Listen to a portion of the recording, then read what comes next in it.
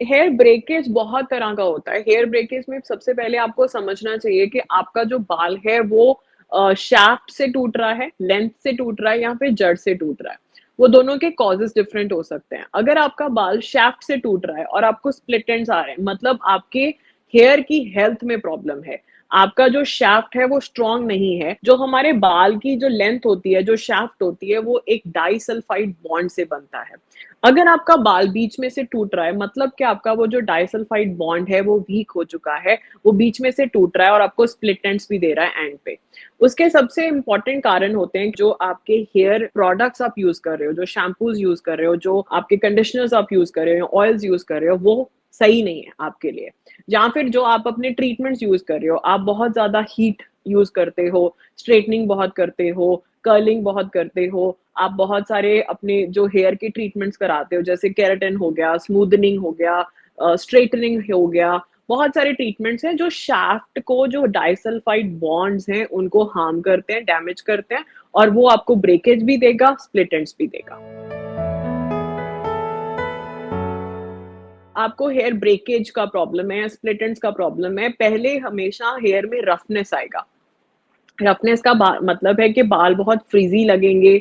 आप जब शावर लेके निकलोगे तो बाल बहुत ड्राई लगता है, फ्रीजी लगता है। आपको ऑयलिंग या स्ट्रेटनिंग करनी पड़ती है क्योंकि आपका बाल उसके बिना अच्छा नहीं लगता, फ्रीजी लगता है, ड्राई लगता है। तो दैट इज फर्स्ट एविडेंस कि आपका बाल डैमेज हो चुका है। वो डैमेज किसी भी चीज से हो सकता है। आपने ब्लीच करवाया, उसके साथ डैमेज हो सकता है। आपने 1 महीने पहले अपना कोई हेयर ट्रीटमेंट कराया, उसके साथ डैमेज हो सकता है। सो सबसे पहले तो आप फ्रिजीनेस और ड्राइनेस को देखो कि वो क्यों है। वो नंबर वन साइन होता है कि आपका हेयर डैमेज हो गया और आपको आगे जाके स्प्लिट एंड्स भी बनेंगे और हेयर ब्रेकेज भी होगा।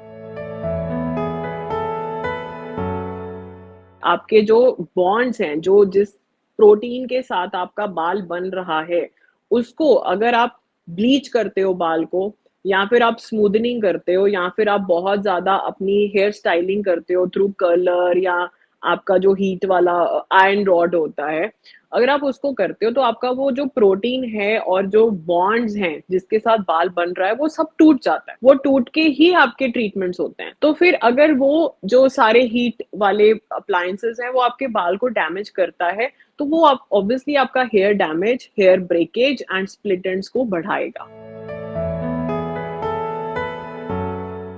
हेयर डैमेज हमेशा रिपेयर हो सकता है, स्प्लिट एंड्स भी रिपेयर हो सकते हैं अगर पहली चीज आप अपना जो सारा हीट फ्री पीरियड देंगे अपने हेयर को।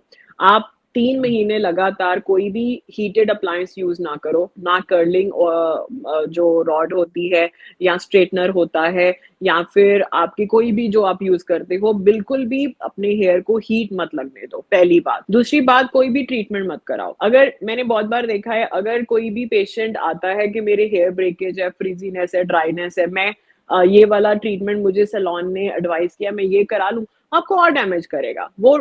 टेम्परेरीली आपको स्मूदन्ड हेयर देगा पर वो लॉन्ग रन में और डैमेज करेगा। तो आप बिल्कुल भी उस तरफ मत जाओ।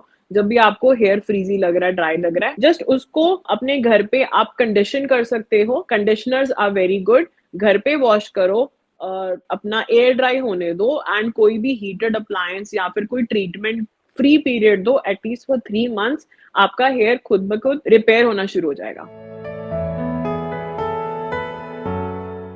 हर इंसान का ग्रोथ रेट डिफरेंट होता है। आपके कितनी देर में आपके बाल उगते हैं, बड़े होते हैं, और नीचे आपको डैमेज होता है। ये ज़रूरी भी नहीं है कि आपको हर 3 महीने बाद आपको हेयर ट्रिम करना है। अगर your hair is healthy and there is no split end, तो आपको क्यों करना है अगर आप लेंथ बढ़ा रहे हो? अगर आपको नॉर्मल हाइजीन ग्रूमिंग के लिए चाहिए तो every 3 months is a good period कि आप अपना 3 मंथली आप अपना अच्छा हेयर ट्रिम करवाओ। एंड अगर आप चाहते हैं कि शॉर्टर हेयर हो और क्लीन लुक आए, तो every 3 monthly is a good period. Split ends के लिए बेस्ट ट्रीटमेंट तो एक, first of all, cutting the hair, getting rid of that hair. के अगर एक बार स्प्लिट एंड बन गया, देर इज नो वे कि उसको हम दोबारा से करेक्ट कर सकते हैं, रिपेयर कर सकते हैं, हम नहीं कर सकते। तो it's better to cut the length of that part, कि आप अपना ट्रिम करा लो। दूसरी चीज़ है कि अगर आप अपने हेयर को बढ़ाना चाहते हो, ट्रिम नहीं कराना चाहते हो, ऑप्शन नहीं है, तो फिर आप अपने बाल को बहुत अच्छे से कंडीशन करो। आप हेयर मास्क यूज़ कर सकते हो जो डीप कंडीशनिंग करते हैं, या फिर आप आफ्टर एवरी शावर आप लीव इन कंडीशनर्स लगा सकते हो, बॉन्ड रिपेयर सीरम्स लगा सकते हो, जो कि लॉन्ग टर्म में अगर आप उसको 3 टू 4 मंथ्स कंसिस्टेंटली यूज़ करोगे, तो आपके हेयर की जो हेल्थ है, वो इम्प्रूव हो जाएगी।